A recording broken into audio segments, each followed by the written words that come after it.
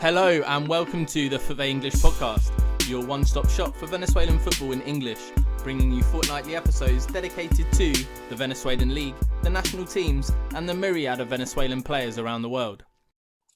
And welcome back to the FUTVE English podcast for a new year, 2022, our second year, and pleased to let you know that the podcast will be continuing throughout the year. Very happy to welcome our first guest, Patrick Caskie, joining us all the way from Scotland. Yes, we have a Scottish football analyst here to talk to us about Venezuelan football. These are the kind of things I never expected when I started FUTVE English with Dominic, Kevin and Kat, and hopefully you as a listener are also pretty surprised by this because it does show the global nature of not just the game, but the growing importance of Venezuelan football. Patrick, welcome to the show. How are you? I'm well, thank you. Thanks for having me. Honored to be the first guest. And like yourself, I'm also quite surprised that in my 2021 sort of Liga FUTVE in Venezuelan football found its way in. I'm definitely happy for it. It's fun to watch. There's some interesting players, good characters, nice scenery. A lot of stadiums, really nice. But yeah, I'm happy to be here. Thank you. And like I said, the growing globalization of the game has been going on for decades. But Venezuela's growing reputation on the international stage is a story that's only really being told for the past 20 years with their first win in the Copa America in 2007 for 40 years, their continual failure to qualify for the World Cup being an emotive story that captures the attention of people around the world. Every time there's a World Cup qualification, will Venezuela finally qualify? So it's nice to have somebody on with a fresh pair of eyes that perhaps, doesn't know the history of Venezuelan football, but can appreciate it in the moment for what it is right now. So my first question really for you is, what drew your attention to Liga FUTVE? Well, I think before I get into anything, I'd like to give a lot of credit to the guys at World Football Index. I know you write for them, and they've I know you've written a few Venezuelan featured articles, but they are sort of the main source of all South American football I'm interested in. Don't just limit myself to Venezuela, but typically beyond the last few months, I've always had a sort of interest in Colombian, Argentinian, Brazilian football, whether that be because they're sort of high quality youth producing countries. They have interesting teams and football manager a lot. But for Venezuela, which I first was interested in around October, November of 2021, it was, for whatever reason, I was doing a data thread on Twitter about players most of the content I make is within a Rangers and a Scottish context, and it was for teams outside the Old Firm, which is the derby between Rangers and Celtic, who are by far and away the two best teams and financially can compete with lower end teams in like England and Italy and Spain for the most part. So I was looking at players who could maybe play for the teams outside of Scotland. And I thought Venezuela was a market I had never really looked at.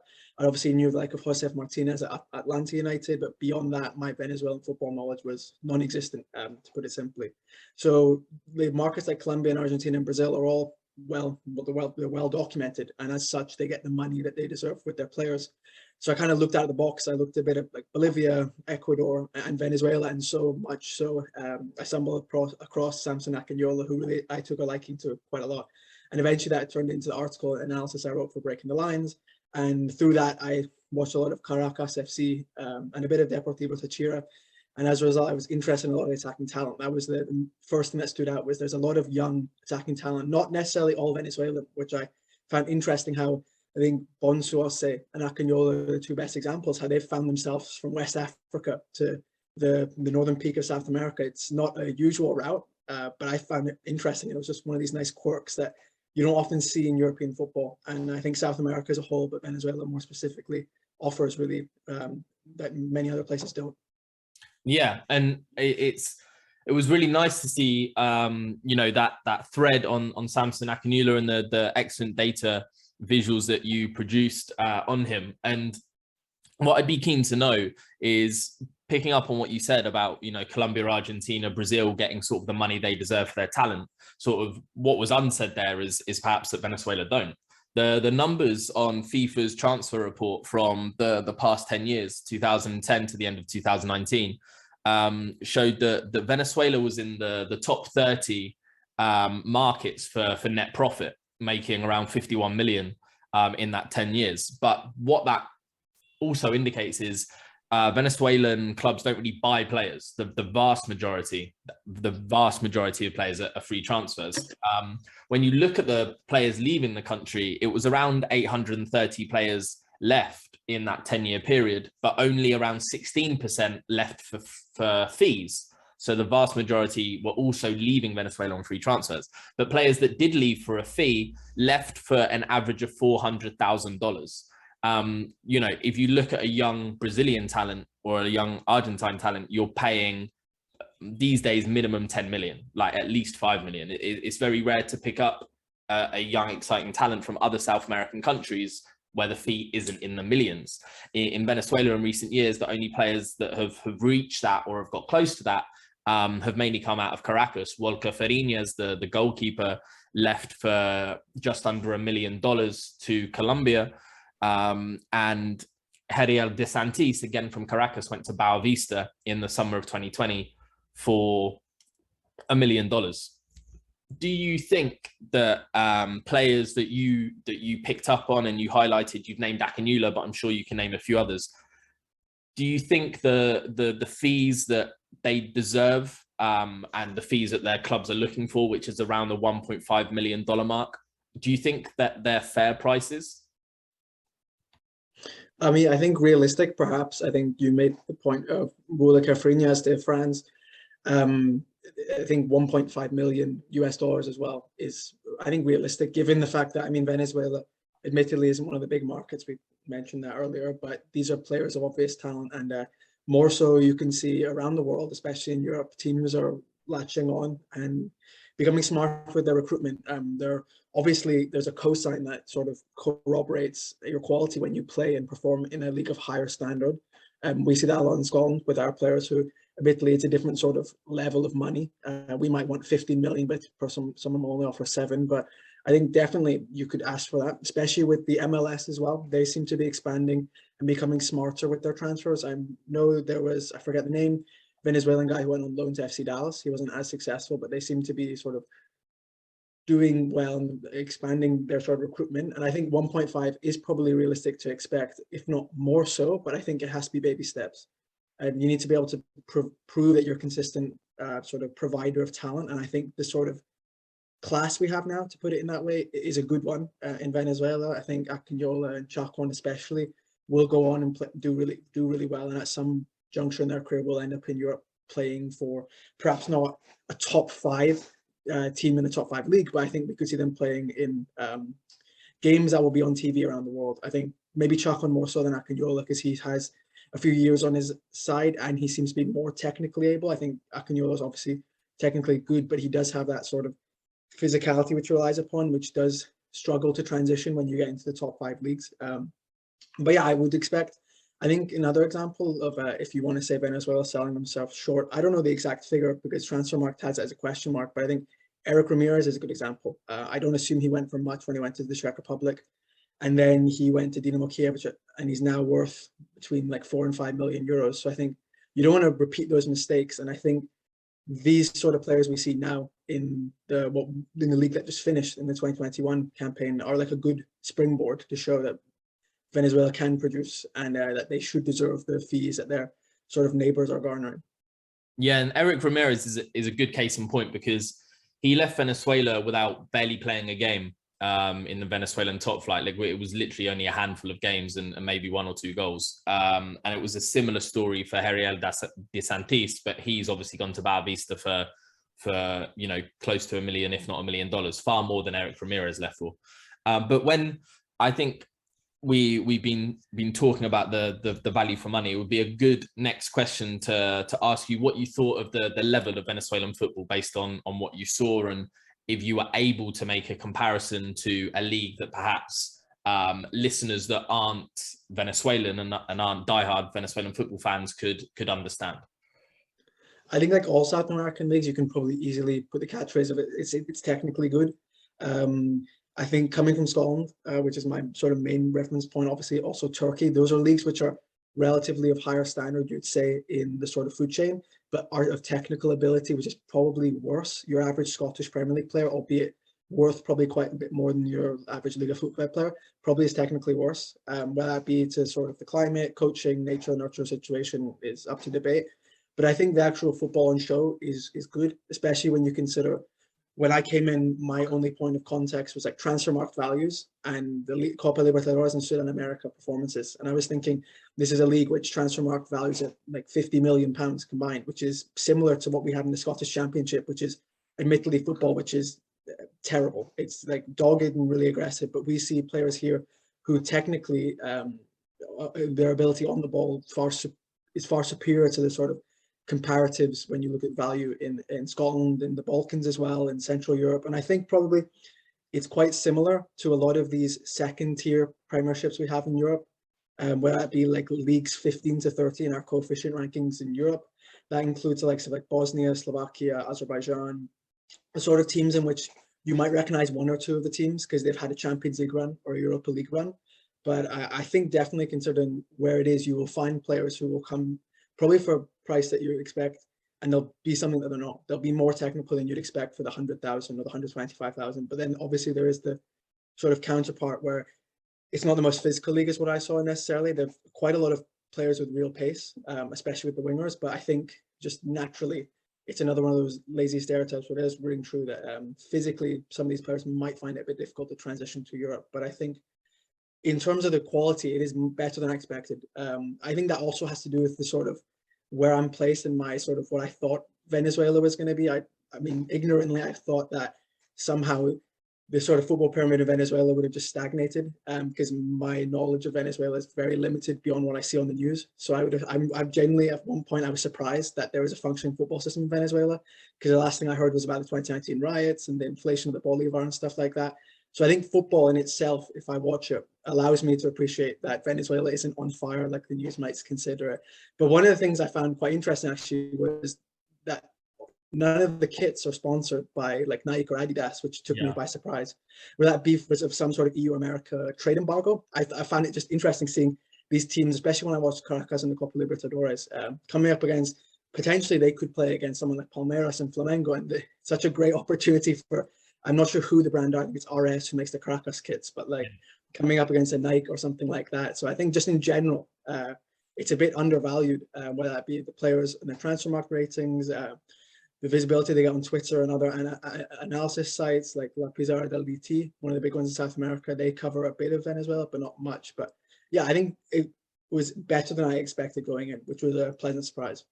Yeah, to pick up on what you said towards the end there, in recent years, just to name a couple of examples, like Caracas and Atletico Venezuela have both had like Adidas kits, for example. This coming season, the 2022 season, I tweeted about it because I thought it was particularly interesting. Academia Puerto Cabello's kit is going to be supplied by Kappa, which, you know, if that club go about it right and try and get that shirt onto the international market, you're going to have kit collectors buy a Kappa shirt from Venezuela. It's just unique. But it is, you're right, it is, there's a lack of sponsorship and high-end kit manufacturers in Venezuela. RS have over half the top flight. And then some of the other kit suppliers in recent years have barely had any other custom, for example. And you even get some kits that seem in-house. But with the sponsorship opportunities, again, it's drastically gone down. There was a team in the top flight that I'll leave unnamed that, you know, a few years ago, their shirt sponsor was worth just over $2 million. Whereas that same club last year, who didn't have a shirt sponsor, were struggling to get anyone to pay $250,000. So whilst what you said was pleasing to hear about being pleasantly surprised about the quality of football and what you were seeing, given what you hear in the news, because of course that was an element to why I wrote my book and why I'm so passionate about Venezuelan football. There are problems in Venezuelan football that you've probably picked up on in the past couple of months, and it's topical because as of last week, it was the new league format was announced and things were confirmed. So, for example, last year, as you saw, there were 21 teams in the top division. Because of COVID, it was split into a 3-group system for the first half of the season, and a 2-group system for the second. Again, this isn't normal. This was because of COVID. But in 2022, which will see a return to a normal league format of one league table for the primary part of the season, there's only going to be 16 teams. So that's a drop of 5. The reason being they were making the league smaller to 19 anyway, but then a further 3 teams failed to meet the criteria for a club license under CONMEBOL regulation. So Venezuelan football, though I'd say probably is on the way back up and is improving, that there are teams that are massively struggling to pay their players, either because of the lack of finances involved or for basically unfair reasons of owners not coughing up, basically. So it does have its problems, but the fact that this talent can still come through is a reason I love Venezuelan football. And Yerson Chacon yesterday was called into the national team, along with Telasco Segovia, an 18-year-old central midfielder at Deportivo Lara, that I hope also caught your attention, which will lead me on to my next question for you. Once Liga FUTVE had drawn your attention, what stood out? What else caught your eye aside from Samson Akinyoola? Well, I think generally the attacking talent is really good and dynamic. I think Caracas FC probably have one of the most underrated, like, sort of front 3 attacks with Echeverria and Richard Salas and Akinyoola, and I'd heard of none of them just 3 months ago. And all these guys are putting up both insane numbers and they're visually pleasing. Also Bonsoase on the right, coming in. I was actually unaware of Segovia until one of my friends, which is actually one of the great reasons or byproducts of me writing about Venezuelan football, is that there seems to be a really nice community. Bryant Marquez on Twitter, he talked to me about him and I was impressed, sent me some clips and stuff like that. So he seems tidy, he's quite small, but I think he was named in some sort of one big publication corroborated the best players in 2003, and he was on it, which is great to see.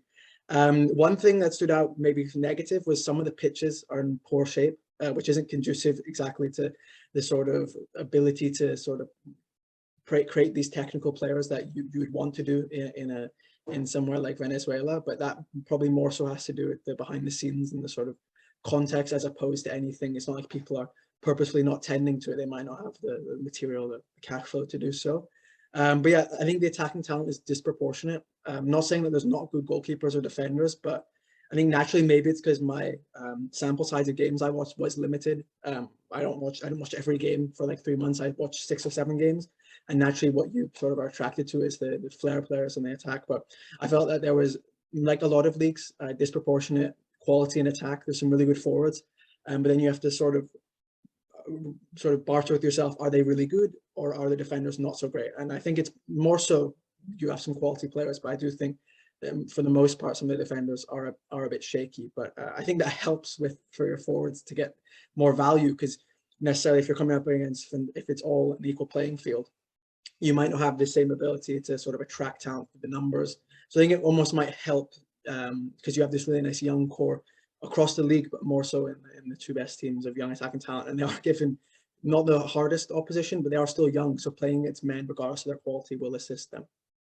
And it would be interesting to get your opinion on someone that doesn't really know the backstory, so isn't swayed by tradition or public opinion.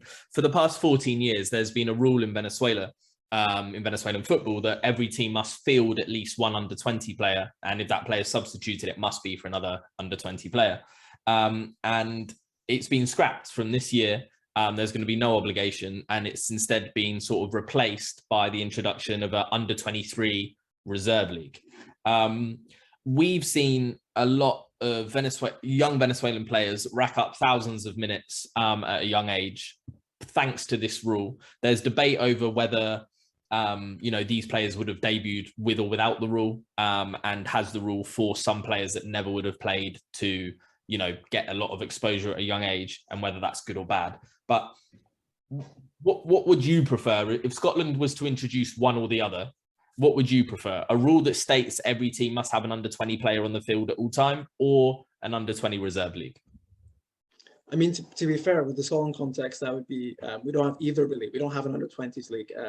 At least with Rangers and Celtic, 2 biggest teams, we have B teams that play for this year in the 5th tier, so the first tier of non-professional. Funnily enough, my university plays in it as well. So to be fair, it's a not a very fair level of quality where you have these, like, not elite, but it's a good youth academy both teams have coming up against these sort of part-time players. But funnily enough, the other leagues I'm interested in, Turkey, Azerbaijan, and Russia, all have similar litigation. Azerbaijan, most popular, you have to have an under-23 national and an under-21 goalkeeper on the bench. And there's some question over how does that maximize or optimize youth development, or should you only be playing the best ones? But I think in Scotland, I think I wouldn't complain if they were to sort of introduce the under-20 rule. Some people argue that it's a waste of space, and if someone is good enough, they'll play, which is true. But especially with tight budgets, it's always and big teams as well. It's good to see young players push to the front and gain this sort of experience. But then you can argue how you mentioned there's these like teenagers who are racking up thousands of minutes, and that sort of already caps their potential physically. They might burn out earlier.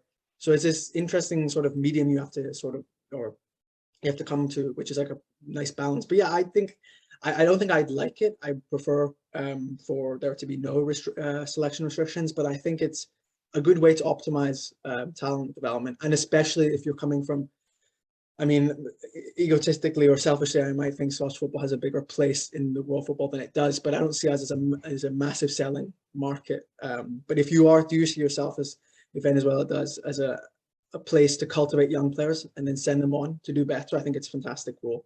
And I think we do see a lot of, or when I was watching, there's a lot of good young talent in Venezuela. So I think regardless if that rule was in there or not, I think a lot of these players will still be getting the minutes because they are quality and better than the guys who have 10 years their senior.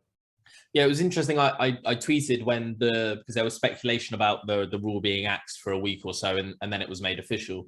And I just tweeted a poll asking whether people thought that head coaches out of habit would continue to field at least one under 20, yes or no. And it was like a 53-47% split. It was, people were very divided, just in favor of head coaches continuing to play under 20s out of habit, because 14 years is a long time for that rule to have stood, and a lot of coaches in Venezuela are young coaches and have grown up with that rule and have grown up with the habit. And it's, it wouldn't be accurate to say that there's like a youth academy system in Venezuela, but a lot of clubs are trying to build youth setups from under 5s up to under 20s, and I think that rule maybe it could have been adapted to continue the encouragement of that system, because for many years Venezuelan football was sort of reliant on private academies to produce players, and then the professional clubs would just pinch them at 16 or 17. So it'll be interesting to see the average age of squads next season and how many young players are getting minutes, because when you talk about windows of opportunity to come to Europe, Venezuela and Venezuelan players do have a high proportion of players with access to EU passports and other South American countries due to Venezuela's history. But now the UK has left the European Union. Obviously, the only way for a young South American player to get football in England is through high-end exposure. With the point system, they basically need to be a youth international and playing Copa Libertadores or Sudamericana group stage football and be at the league champions or the top end teams in Venezuela. And with the suspension of all youth football by CONMEBOL until 2023, this Venezuelan generation has missed out on the under 20 South American championships, which would have been hosted in 2021 and looked likely to have been hosted in Venezuela once Colombia dropped out of the running. So there's Chacon and Segovia and Pipo Vivas, for example, the centre-back, and Jesus Quintero at Deportivo Táchira are missing out on potentially an opportunity to play in the UK. But then we've seen players like Wiki Carmona, who plays for New York Red Bulls, who was signed without ever kicking a ball professionally this time last year, has now just received his first call up to the national team after a healthy amount of minutes as an 18-year-old in MLS. So the talent will rise to the surface given the correct opportunities. What I'd like to ask you next is, having spoken about your opinions on the level and what stood out about Liga FUTVE, I'd be interested to know, once Liga FUTVE sort of called your attention, what platforms and what methods did you use to watch and assess the league? Yeah, so mainly First of all, it was just through Wisecout data analysis that I found some interesting players, but then I'd watch games of Wisecout, and then there's quite a few full-length games on YouTube, especially so Caracas' Libertadores qualifying. I think all 4 games, or how many they played, are all on YouTube. And then there's obviously decent highlight packages that the league produce, which are also good. But there are, luckily enough, the copyright infringement doesn't seem to be so intense and strict that there are quite a lot of full match replays just kicking about on YouTube, which is something is lucky because we don't see that much in the European leagues I try to watch. They're taken down immediately. Anything Scottish Premiership, if it's on YouTube, which isn't licensed under Sky Sports or BT Sports, taken down within minutes. So it was good to have this sort of not extensive, fairly limited, but an ability to sort of watch it without having to pay, which was nice. But the Wisecout more so because I had access to sort of HD clips and full 90s, which assisted. Excellent. And when you were, assessing these players in comparison to players in other countries, and we go back to Samson Akinyoola because it was, what brought you to my attention and obviously brought you to the attention of a lot of Venezuelan football fans. You made comparisons to one player in Turkey whose name I forget, or perhaps he was in France, and of course Alfredo Morelos at Rangers.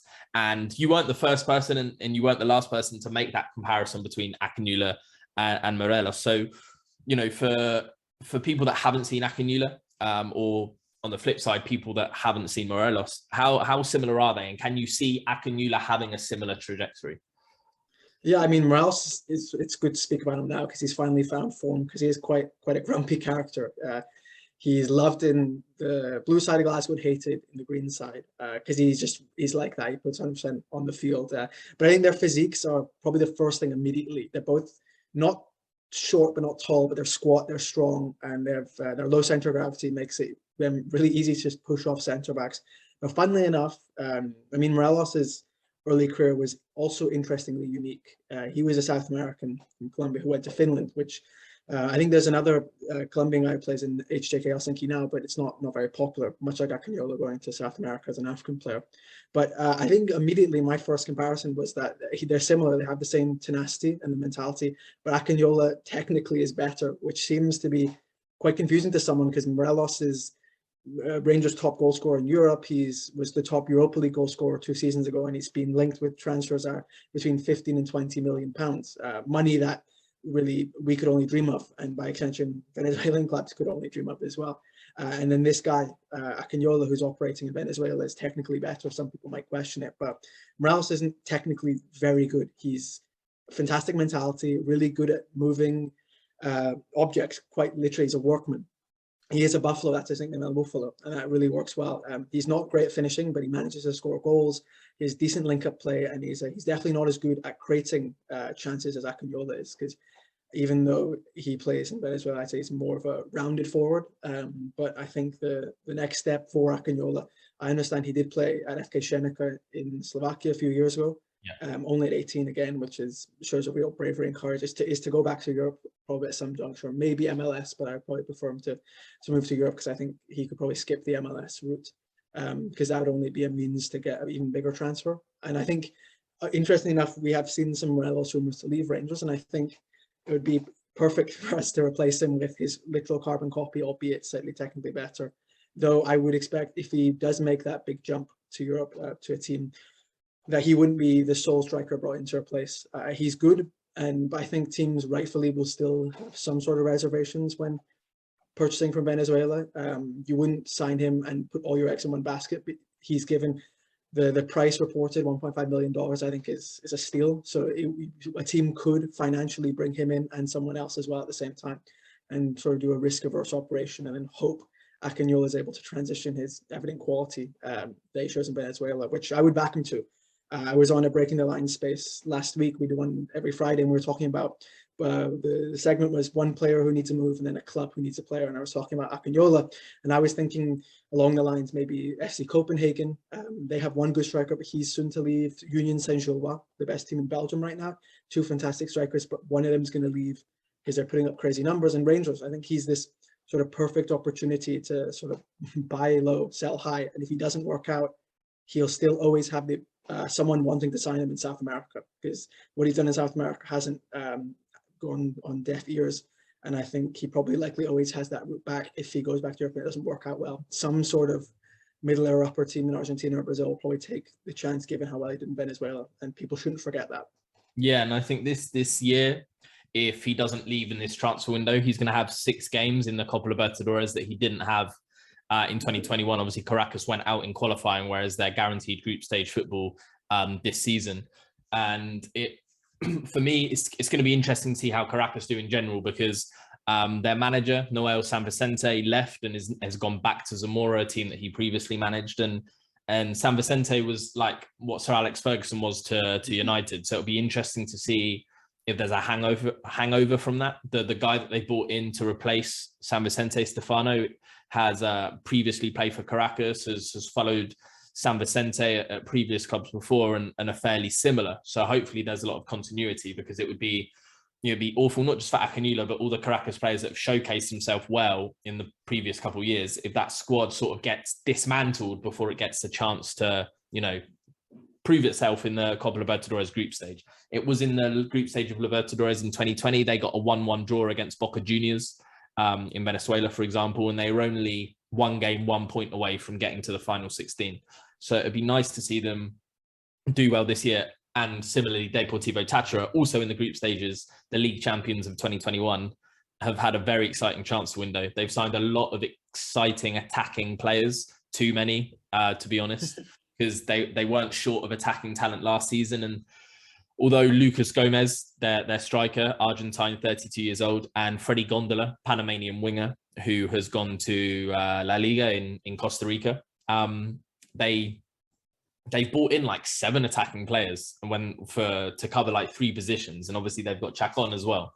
So they're very top heavy, and I can see Táchira winning the title again.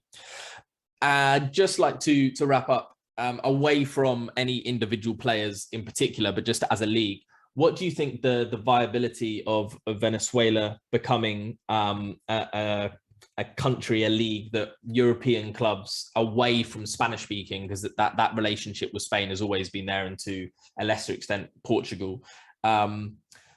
What's the viability, and how do you see Venezuela in this moment being an attractive option for Scandinavian or Eastern European or countries like Scotland as well? Yeah, funny enough, when you're talking about the work permit situation, it is quite endemic and poor in England. But in Scotland, we've seen this transfer window. We have an exemptions panel, and it's a lot more lenient for us to sign players. We've seen Ruben Kazan's sub-goalie sign for Livingston. We've seen a Georgetown college player in America, never play a professional game, join Aberdeen. We've seen American players, a few American players join. We've seen a trio of Japanese players, one who was uncapped signed. So there doesn't really seem to be, and actually most impressively, Dundee United signed a guy straight from the Ghanaian Premier League, 18-year-old who never made a cap for the senior men's team and had played a handful of club games. So I think, though England might not be a viable route, and we've seen Scandinavia probably emerge. I know when Juan Camilo Perez went to Iceland, that seems to be a smart route because it's a decent association. But I think Scotland definitely, in terms of legislation, if it remains as it does this January, will be a viable route. And I think the top end FUTVE players could easily come and play a role at either of Rangers and Celtic, and then get that really good exposure that you get with Rangers and Celtic, both because they're naturally massive clubs. Even the Old Firm is watched by millions, but also in Europe, we're regularly competing in the Europa League group stages, have Champions League qualifiers. The champion this year will play in the Champions League group stage, which is, albeit the Libertadores is a fantastic competition and probably the second biggest in the world. Nothing really compares to the European Champions League and the likes of playing Real or Barca and PSG. But I think for the top end, especially the young players, really would be a viable option for rotation players in the Old Firm, and a sort of contingencies to then replace players. But I think generally the rest of Scotland could do a lot worse than going to Venezuela and signing players. And I think Turkey as well is an interesting market. They have really lenient signing restrictions. You see teams like Başakşehir and Malatyaspor pick guys out of the Burundian Premier League. So there'll be no problem with them going to Venezuela and signing players who play Premier League minutes. And I think both the lower end Super League clubs and the upper tier TFF1 League, which is the sort of English Championship equivalent in Turkey, they have money to burn. They spend a lot of money and they have extensive and weird scouting networks, which some clubs will pick up players in completely random countries. So I wouldn't put it past top level TFF1 league clubs coming in and offering decent sums of money. They're not penny pinchers. I mean, Adana Sport just signed Jordan Ibe and they have Daniel Sturridge, so they're spending plenty of cash on their wages. So I think those two in terms would both be smart. And top end Azeri clubs, which is another league I follow, are doing well, recruiting from South America. Nefci, the champions, just took a guy from Internacional's B team who played for Goiás in Serie B last season. And they've taken two other guys who played in the Argentinian Primera Division. So they don't seem to be against the idea of looking further west. But in general, I think it's a viable market, especially in Scandinavia, as you mentioned. Iceland we talked about, but they seem to be relatively risk averse and they like to take small investments and build them up. That's kind of what they're known for, as a sort of breeding ground, despite it being not the climate that's conducive. Especially, you wouldn't blame a Venezuelan footballer struggling to sort of adapt and climatize to the climate. But I think all of those are viable markets. It's obviously dependent. Right now it's looking really good because there's lots of top heavy. There's fantastic talent in Venezuela right now. But I think if we see these guys move, will be the litmus test will be see, can they produce another. In 5 years, will we see another sort of class or generation of attractive talent? But I'd say for right now, definitely, it's a market in which teams who operate in the peripheries of Europe, in leagues like Scotland, Norway, Sweden, even maybe like Turkey, should be looking at, because they do provide the sort of stereotypical technical ability and flair of South Americans, but on a cut price basis. I think Akinyoola, Chacon, Bonsuese, Segovia, even Janoski Reyes, and Echeverria would all be fantastic options for teams chasing Europe in leagues outside the top five. And I hope they take the risk. It would be good to see, both for Venezuela and to show that clubs in Europe are sort of innovative and taking chances, which is always a precursor for success to me. Mm-hmm. And to pick up on a name that I've heard you mention a few times now, Jorge Echeverria from Caracas is actually available on a free transfer. He and his agent left Caracas at the end of the season. They didn't continue. So I don't know if there's anything in the pipeline, but as it stands, he's a player that's available. And last year he was living in the same apartment block as Bonsu, so his exposure to English was there for 2 seasons.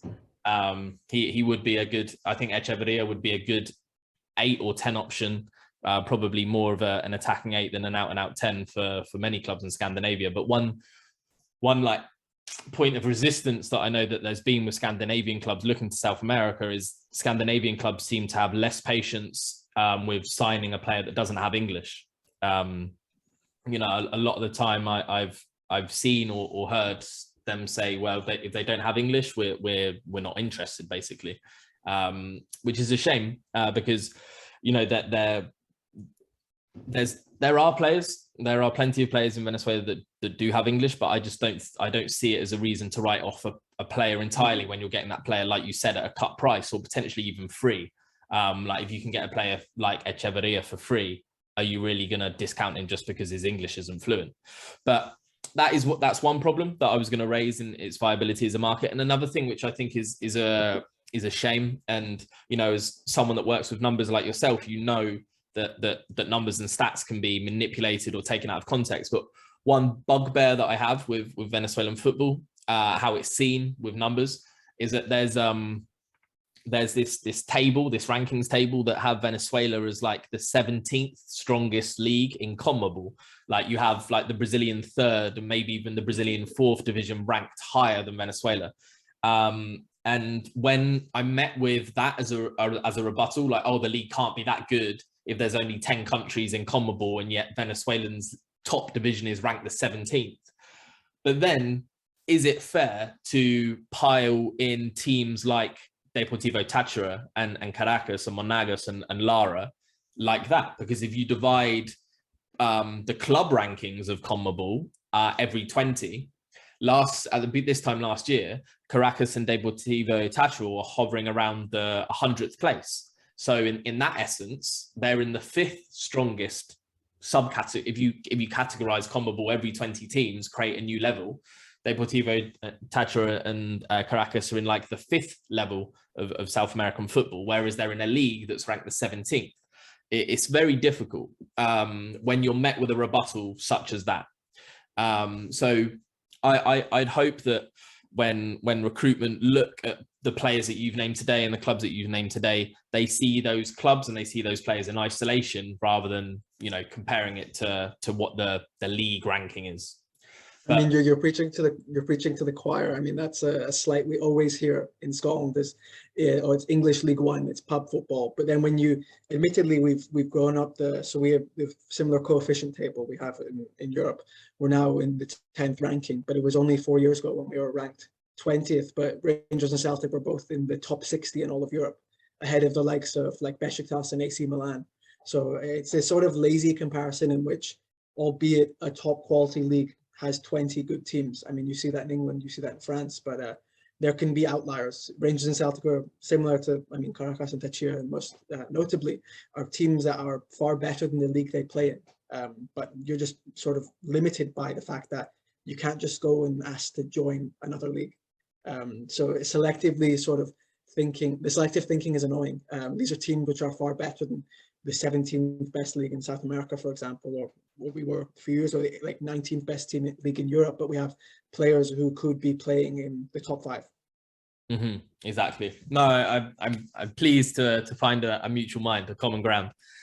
Patrick, thank you very much for not just joining us, but like I said at the beginning of the podcast, being our first guest of 2022. One final question, doesn't need a long answer, just a yes or a no or a little bit of colour. Will you be watching Liga FUTVE in 2022? Yes, as much as I can, but most definitely the Libertadores games. I will most definitely watch both Táchira, probably more often Caracas. I'll try and catch every Caracas Libertadores game. I'd love to see them do well. I don't really have too many affiliations in CONMEBOL football. My Spanish teacher at school was Argentinian, who's a River fan. So they're sort of the team I like, are the big clubs, but hopefully we can see Caracas and Táchira do well, because more so than any other league, I keep seeing when I watch Libertadores, these teams that lots of teams people wouldn't have heard of popping up in the semis. We saw, I think it was Barcelona from Ecuador, make it all the way to the semis. So why not a Venezuelan team make it out of the group stages this year or the coming year? Excellent. Thank you again very much. This has been the FUTVE English podcast. Thank you for listening and see you soon. Bye-bye.